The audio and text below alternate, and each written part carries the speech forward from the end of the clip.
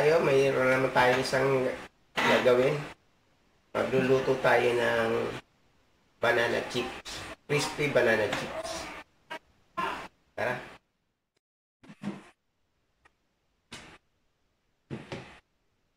Gagawin natin, magbabalat lang tayo ng saging. Yung hilaw siya.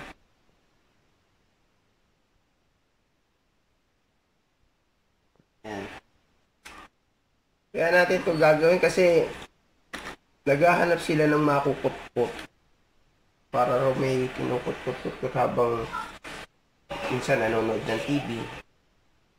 Kaya, eto.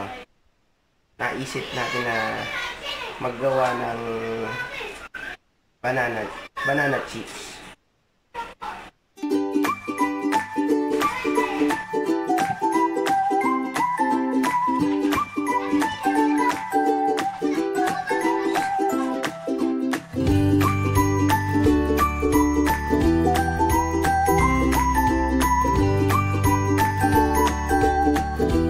Malapit na natin siya matapos balatan.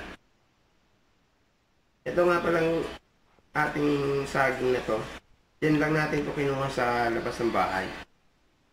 Kita niyo naman yung mga saging dyan sa labas eh.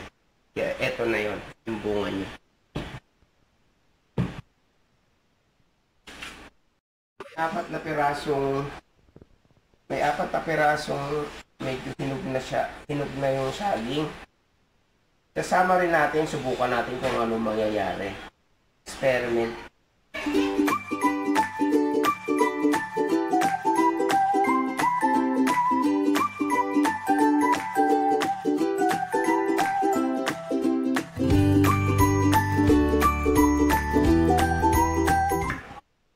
Hiwain na natin siya. Maninipis lang ang pagkakahiwa ng saging para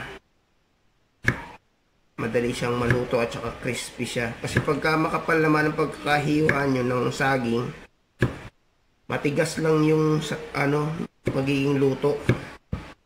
Hindi siya maganda.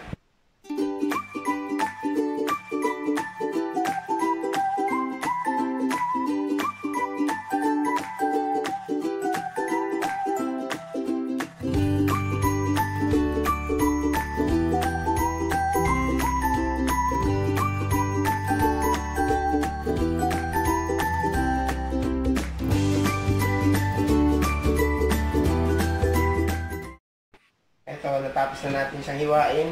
Kaya magpapainit tayo ng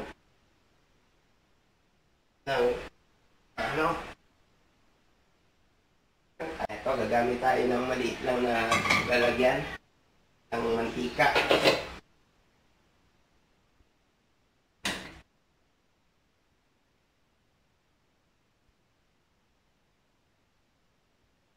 Maliit lang para ang konsumo ng mantika na gagamitin konti lang din.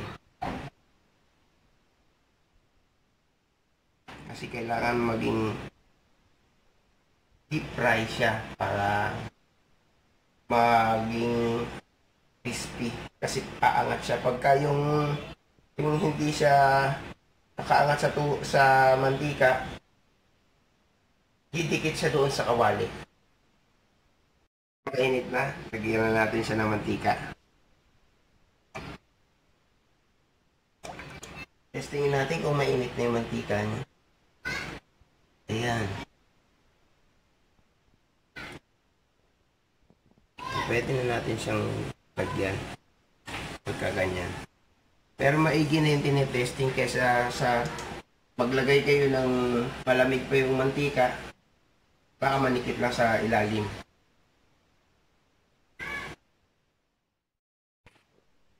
Lagyan na natin siya.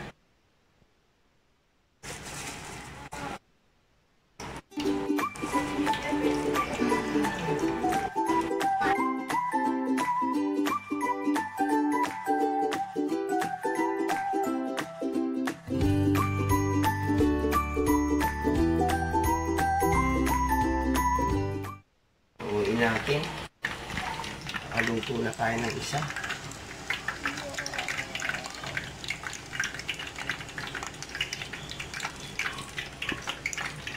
Dapat meron pa lalagyan dito ng ano eh. Yung may tissue.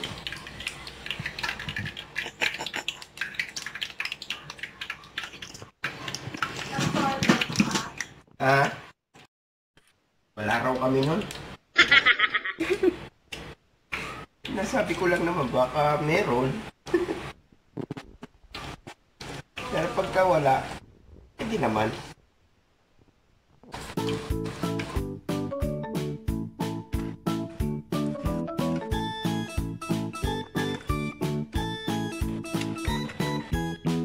Matun salam.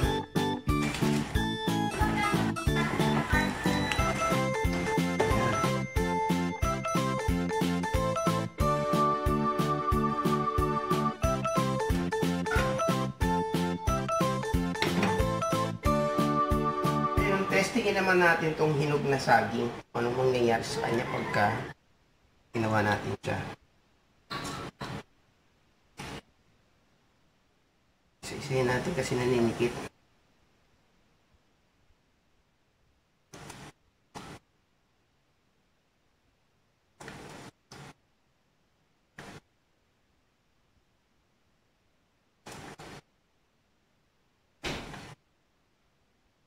Palagay ko mas masarap sana ito.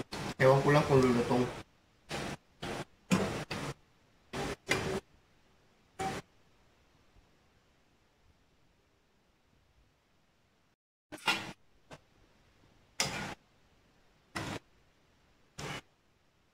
Ito na yung hinog ng saging.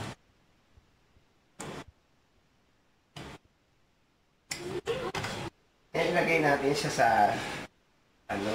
lalagyan natin. Ayan. Parang yung ito rin yung linagyan natin kanina eh. May dikit-dikit. Hindi na paluto.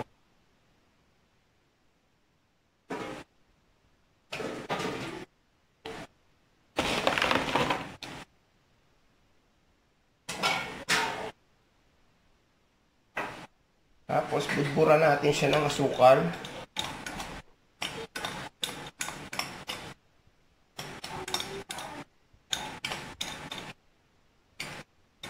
Para tumamis siya.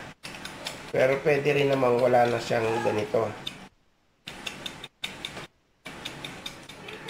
Kaya ganito yung ginawa natin. Para hindi maano yung pagka-crispy niya. Kasi pagka yung linuto natin siya na dinalagyan ng asukal bago lutuin o kaya yung linalagay sa tubig yung asukal, nababawasan yung pagka-crispy niya, nagiging makunat-kunat siya.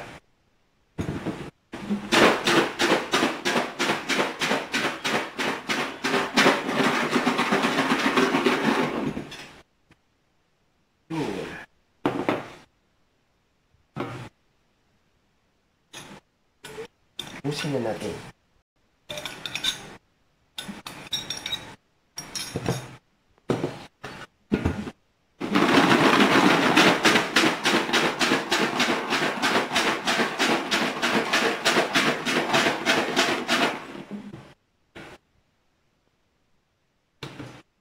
Ayan na siya. Tignan natin.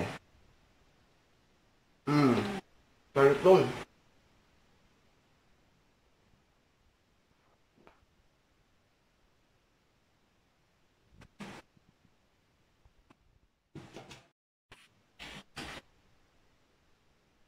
Ito yung hinog na saging.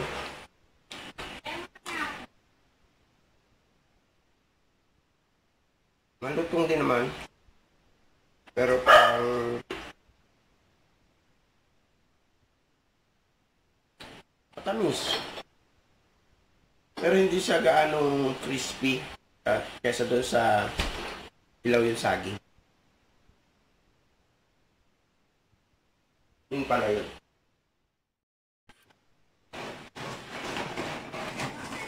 Lagay natin siya sa isang container para ma-preserve siya.